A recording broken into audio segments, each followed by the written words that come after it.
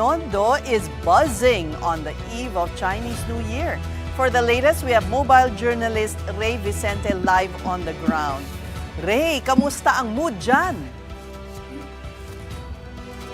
Sean, Pauline, magandang gabi. Ay kahit lumalalim na nga ang gabi, dito sa Ongpin Street sa Binondo, tuloy-tuloy pa rin talaga ang kasayahan at kumpara nga kanina umaga, buhay na talaga ang Binondo ngayong bisperas ng Chinese New Year. At papakita ko lang sa inyo, kahit saglit, iikot ko lang kayo na unti, kung makikita nyo, talagang may mga parte nagsiksika na talaga dito dahil nga sa ating mga kapatid na nais bumisita, kumain, at syempre, mamili na kaniganda ng mga lucky charms at syempre mga Chinese delicacies. At isa nga sa mga Chinese delicacies dito, syempre yung pork xiaolong bao na dito sa akin likuran. Kanina pa pinipilahan, hindi nawawala ang pila simula kanina umaga dahil isa talaga to sa mga patok na pagkain dito sa Binondo. At syempre hindi mawawala talaga ang tikoy na binibenta sa halagang 80 pesos hanggang 200 pesos depende sa size. Pero syempre maliban dyan, says Pauline, Sean, meron dito tayong papakita ng mga mascot.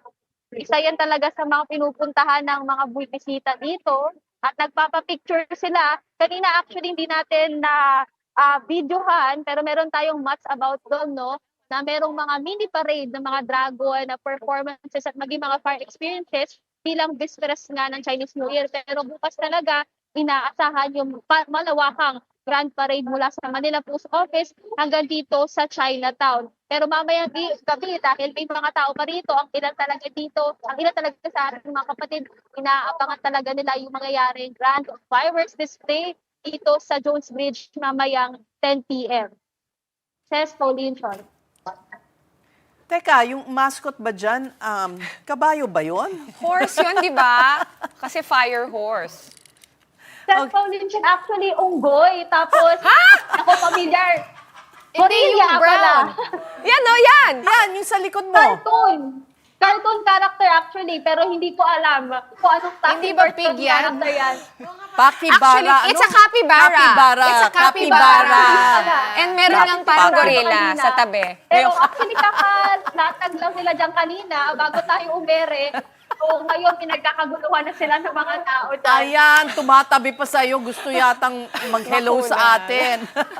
Capybara, pakibara. Okay, may paputukan ba mamaya? May fireworks? Yes, merong fireworks mamaya sa Jones Bridge ng 10 p.m. Yung talaga annual Grand Fireworks Display. At maliban pala sa Grand Fireworks Display, meron ding drone show mamayang gabi kasabay nito. Nagpo-photo bomb talaga yung capybara na Gusto niya ng airtime. Talagang pinapakita niya ang kanyang itsura. Okay, maraming salamat. Thank you for your report. Mobile Journal, Ray Vicente reporting to us live from Binondo, Manila.